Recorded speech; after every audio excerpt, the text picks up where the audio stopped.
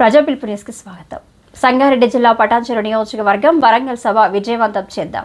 BRS party కార్యకర్తలకు పిలుపునిచ్చిన coordinator Adarsh Reddy Sangareddy జిల్లా పటాన్చెరు నియోజకవర్గం పరిధిలో బొల్లారం గడ్డపోతారం మున్సిపల్ పులిగిల్ల ఫంక్షన్ హాల్లో జిన్నారం మండల బీఆర్ఎస్ పార్టీ ముఖ్య కార్యకర్తల సమావేశం ఏర్పాటు చేశారు.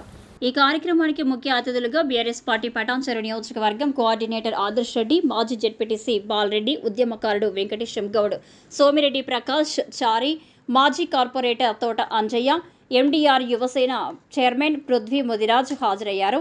తెలంగాణ తల్లి చిత్రపటానికి పూలమాల వేసి బీఆర్ఎస్ జెండా ఎగరవేసి ఈ నెల 27న జరిగే చేలో వరంగల్ సభ విజయవంతం చేయాలని సమావేశం నిర్వహించారు.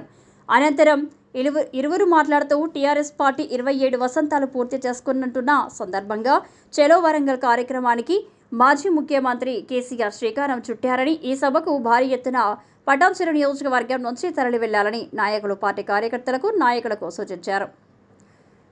పటాన్చెరు నియోజకవర్గంలో బీఆర్ఎస్ పార్టీకి సరైన నాయకుడు లేడని, బీఆర్ఎస్ పార్టీ పని అయిపోయిందని చాలామంది విమర్శలు నిజం కాదని మాజీ ముఖ్యమంత్రి కేసీఆర్, కేటీఆర్, హరీష్ రావులు తనపై నమ్మకంతో ఈ పదవి అప్పజెప్పారన్నారు.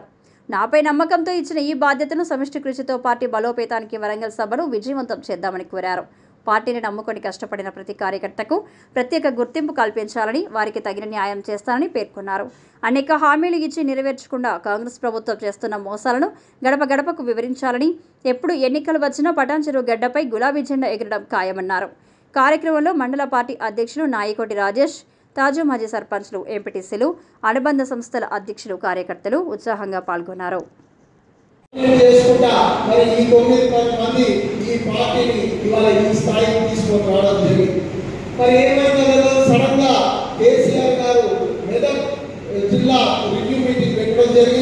దాంట్లో మరి హరీష్ అన్న గారు పిలవడం జరిగింది. కేసీఆర్ గారు మరి ఇన్ఛార్జ్గా మరి కోఆర్డినేటర్గా ఈ పటాన్చెరు కాన్స్టిట్యున్సీ అందరి ఏకాభిప్రాయం అందరి దృష్టిలో పెట్టుకొని మరి మమ్మల్ని ముందుకు తీసుకపో పార్టీ అని చెప్పి మా మీద ఈ బాధ్యత పెట్టుకోవడం జరిగింది. మమ్మల్ని నమ్మి ఈ party BRS party Patancheru constituency బాధ్యత పెట్టినందుకు ముఖ్యంగా కేసీఆర్ గారికి, కేటీఆర్ గారికి, మా గురువు మా అన్న హరీష్ రావు గారికి ప్రత్యేకంగా ధన్యవాదాలు, పాదాభివందనాలు మీ అందరి సమక్షంలో తెలియజేసుకుంటూ, మరి ఇంత పెద్ద బాధ్యతని నేను ఒక్కటి చేసేది కాదని, అందరం కలుస్తూనే అవుతుంది. మేము అందరం ఒకటి, అందరితోనే మేము అందరం ముందుకు పోయి మీలో ఒక అన్నలాగా, మీలో ఒక తమ్ములాగా మీతో పాటు కలిసి పనిచేసి ఈ పార్టీ రేపొద్దున ముందుకు పోయి ఎలక్షన్ ఎప్పుడైనా కానీ, అది బై ఎలక్షన్ కానీ లేకపోతే జనరల్ ఎలక్షన్ కానీ తప్పకుండా బీఆర్ఎస్ పార్టీ పటాన్చెరు గడ్డ మీద బీఆర్ఎస్ పార్టీ జెండా ఎగరవేసే విధంగా మీ అందరి సహకారంతో ముందుకు తీసుకుపోతామని చెప్పి తెలియజేసుకుంటాం.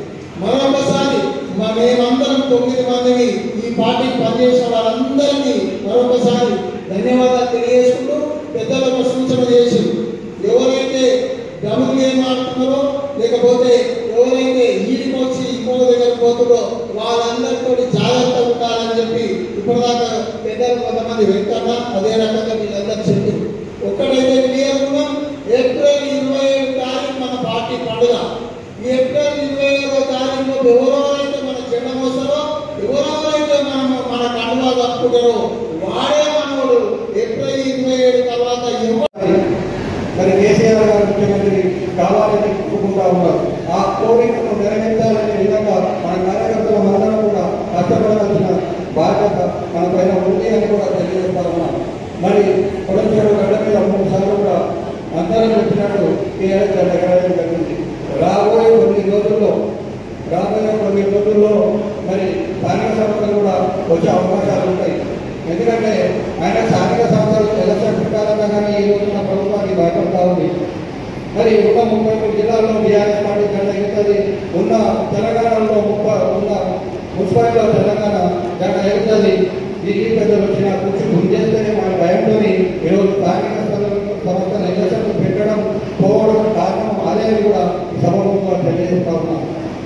ఎందుకంటే ప్రభుత్వం వచ్చింది, పరిపాలన దగ్గరికి కావాలి. మరి కేసీఆర్ గారు ఏం చేసేవారు?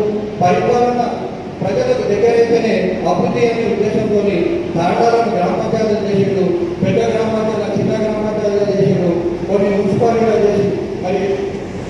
కేంద్రం నుంచి నిధులు వస్తే ఇంకా మరింత అభివృద్ధి చేస్తారని చెప్పేసి ఉన్నారు.